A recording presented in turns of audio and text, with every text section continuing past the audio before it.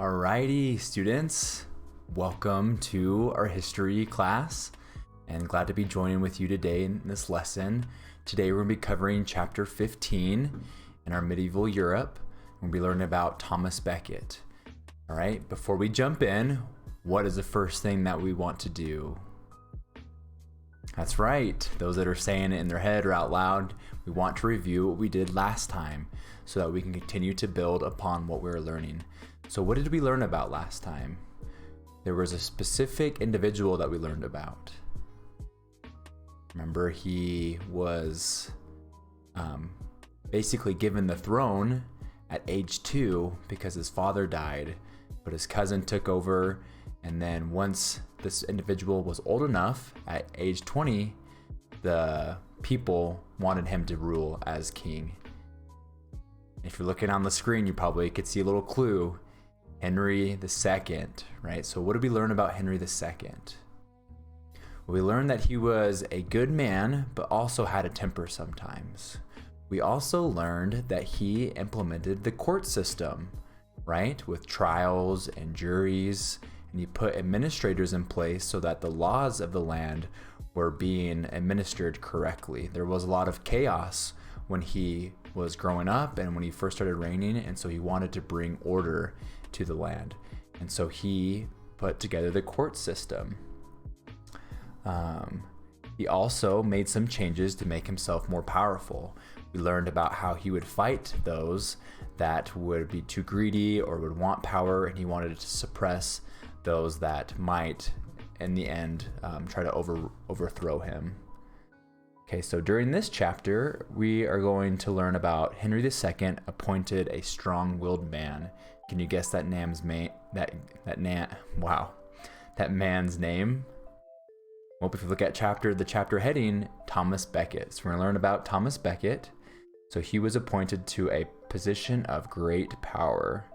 So as we read and learn, let's think about what might happen when another person in power opposes the king, right? Do you think that would cause contention?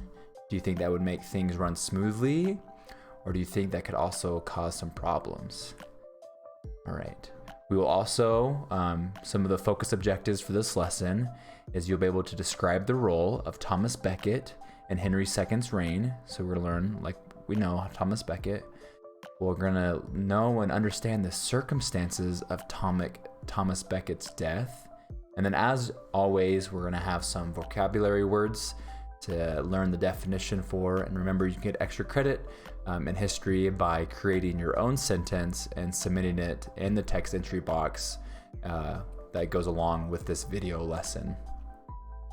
Okay, and there's only just about 6 vocabulary words that we're going to be learning about. So let us dive in and start by introducing the big question. Okay, so let's call attention to the big question and read it together. And it says, or it asks, why did Henry II regret the words he spoke about Thomas Beckett? So as we read, let's point out the words that were spoke about Thomas Beckett and why Henry II regretted saying those words.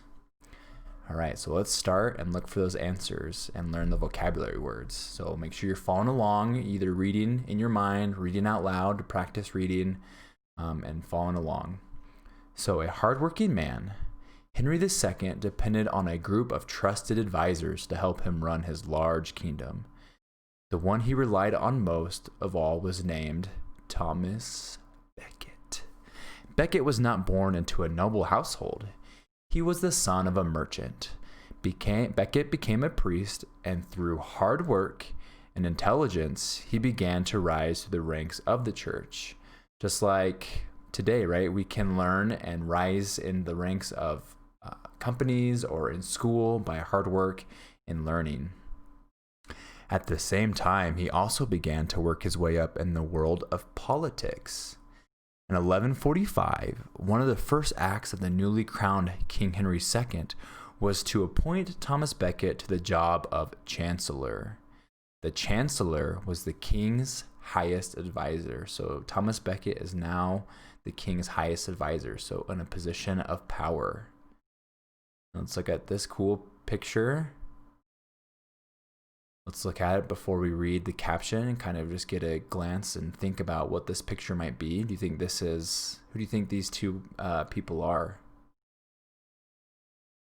Well, if you said Thomas Beckett and King Henry, you're probably right. Let's look. Yep. King Henry II relied on the advice of Thomas Beckett. So maybe Thomas Beckett is giving King Henry some advice right here. So being the chancellor was an important job. Beckett worked hard, but he also enjoyed his hard-earned position. His household soon became as grand as any in the kingdom. In fact, Beckett's house in London became known as the place to be. That's the gathering place, the party house maybe. We'll see. King Henry didn't care much for hosting fancy feasts, but everyone, including the king and queen, went to Beckett's for a good time. He had a grand banquet hall. In those days, people thought that eating raw fruit was unhealthy and that vegetables were for the poor.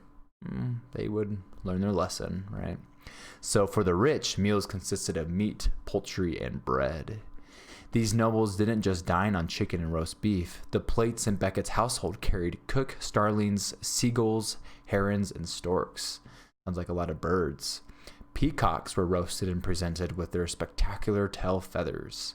A roasted swan was arranged on a bed of green pastry, so it looked as if the bird were gliding over a pond. That's pretty cool. Thomas Beckett knew how to entertain, but in his personal life, he remained a serious, devout priest. Okay, so let's pause. This is our first vocabulary word, devout. And it means showing deep religious feelings, okay? And again, remember, with your core vocabulary words that you are assigned to do each chapter, make sure you're using the definitions from the book. That will show me that you are actually in the book, well, in the PDF, because we're online, reading this stuff and learning the material that this book wants you to learn, okay? So don't just Google and copy and paste the Google definition. Use the definition from the book, please.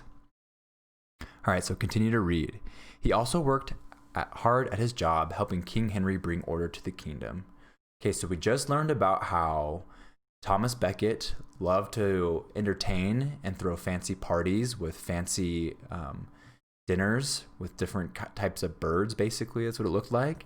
But we also learned that he was a devout priest, so to his religious Christian religion, and he also worked hard at his job being the chancellor for King Henry. All right, so let's learn about the Archbishop of Canterbury. Working closely together, Beckett and Henry became good friends. That's probably a good sign, right? To be close with two powerful people in powerful positions. It's probably good to be good friends. Beckett was 15 years older than Henry, but they got along well. Beckett gave the young king lots of advice. He helped Henry run his kingdom well. You already know that Henry was trying to solve certain problems that existed within the legal system of England. So Beckett was 15 years older than Henry. So when King Henry became the king at age 20, Beckett was 35 at that time. So helping with the legal system, this including getting rid of the loopholes in the church courts. What is a loophole? A loophole is a way around a law or rule. Okay, so we can find people, they're trying to get rid of loopholes so people follow the law or follow the rule correctly and not trying to get around it. So when the man who was the Archbishop of Canterbury died, Henry suggested to the Pope that his good friend Thomas Beckett should become the next Archbishop of Canterbury. Being the Archbishop of Canterbury was a great honor and a big promotion. There was only one problem. Beckett didn't want the job. It may have been a great honor, but Beckett saw the trouble that would lie ahead. What trouble might lie ahead if he took that job? Well, let's continue to read and find out. Since the king and the church were often in conflict, so that could be some trouble. Don't want to be in conflict with your good friend. He knew that church officials would see him as being on the night side instead of theirs. So I guess he was worried about maybe being biased to the king instead of and doing what the king wanted, maybe instead of not doing what the church wanted. That could be one reason why he saw trouble. He also knew that if he were going to do his job well, there would be times that he would have to disagree with the king. And that's what I, thought about before, right? That he might have to disagree with his good friend. But when a king asks you to do something, it's difficult to say no. Beckett became Archbishop of Canterbury. At first, he and King Henry got along despite some minor conflicts about the church courts. However, to everyone's surprise, Beckett took his new job very seriously.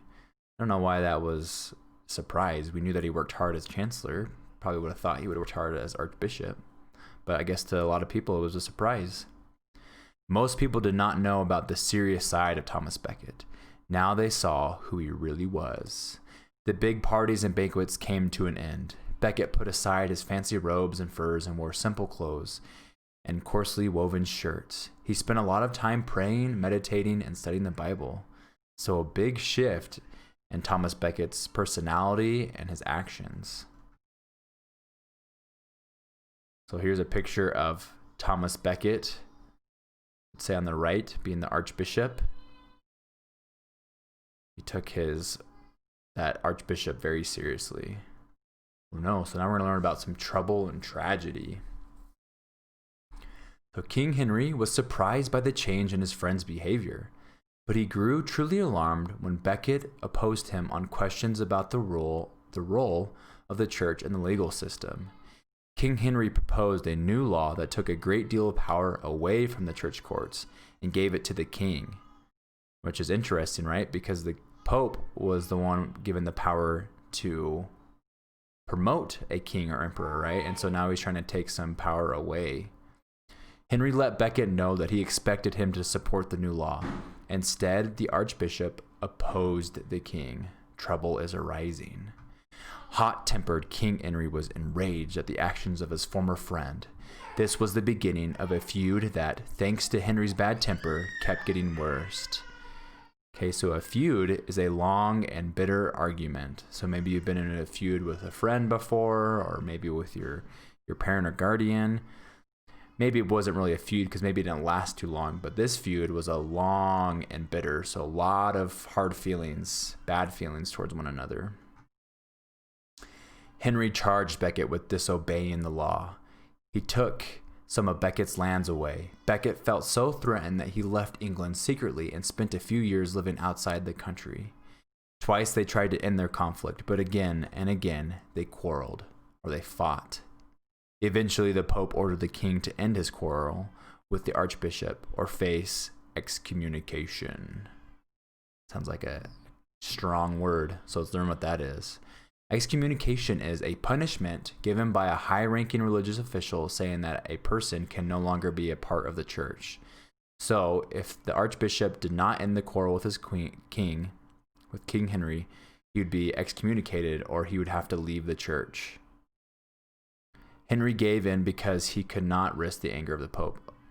The Pope ordered the king, to end his quarrel. So if the king didn't end this quarrel with the archbishop, the Pope would excommunicate or kick out the king from the church. Sorry, I made that mistake, but just had to clarify that. Okay, so Beckett returns. Eventually, Beckett felt it was safe to return to England, probably after this order from the Pope.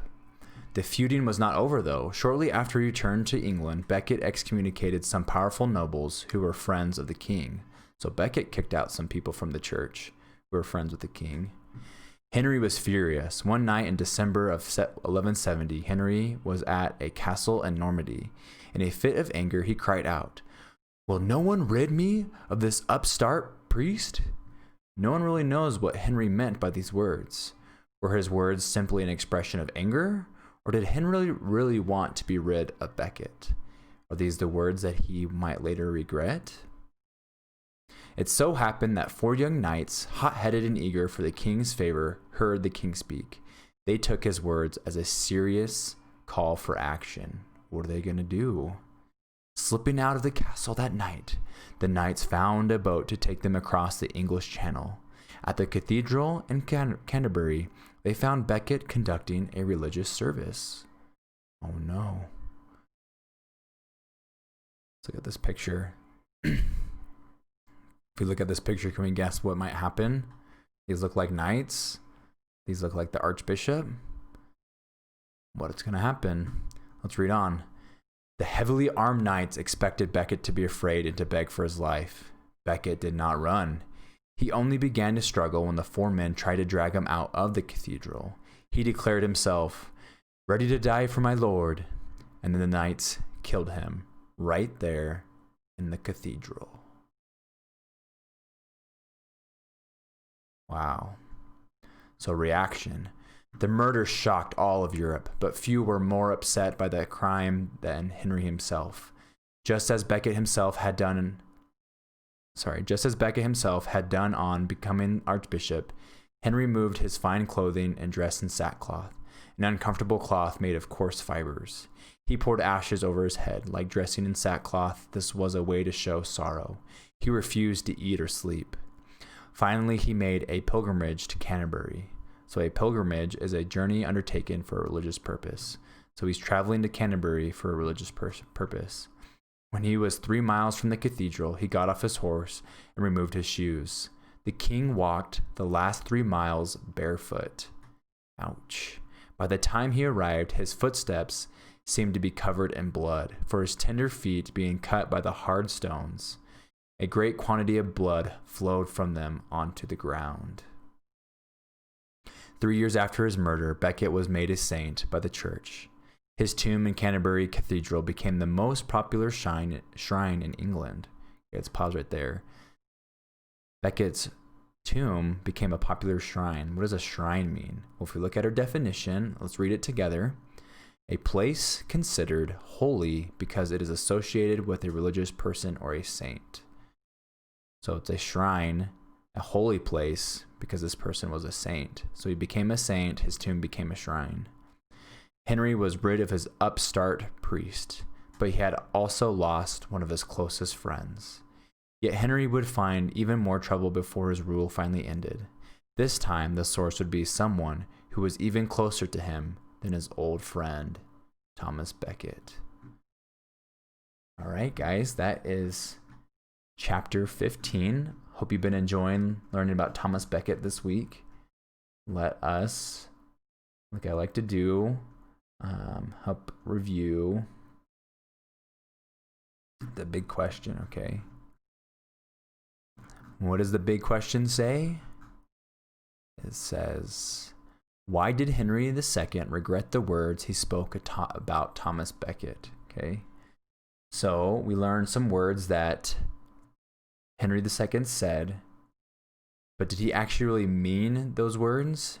Did someone take those words to the actual meaning? Was maybe Henry II frustrated when he said those? But what did those words lead to? And why do you think Henry II regretted those words? Okay, so those are little hints and some tips to help you answer the big question. But that is chapter 15. Again, I hope you enjoyed this week of learning in history and then also the other subjects. Make sure you're staying on top of things, guys. Thanksgiving is coming up super quick, okay? So I want you to enjoy your full week off of Thanksgiving. I don't want you to worry about homework or getting caught up. So please do your work right now. Make sure you're scheduling your day wisely, that you're not getting distracted by, shows or YouTube or games. If you have to, maybe you can do an assignment and then maybe watch a show for 20 minutes and then do an assignment and then maybe watch your show for 20 minutes. Some way to stay consistent and get caught up, okay? Or maybe you just need to do all of your assignments for that day and get caught up, and then you can hang out after, okay? So if you need any help, please reach out to me. I'm available to help you guys. I'm trying to do more one-on-one lessons, and that's why I'm doing these recorded lessons. I think some of you guys missed the live sessions, and I'm sorry, but I want to make sure each person succeeds, and so I'm trying to balance the lessons with helping you guys, okay? Because I know online learning is tough, but you guys can do it if you stay disciplined, okay? You guys are awesome. I'll see you guys in the next one.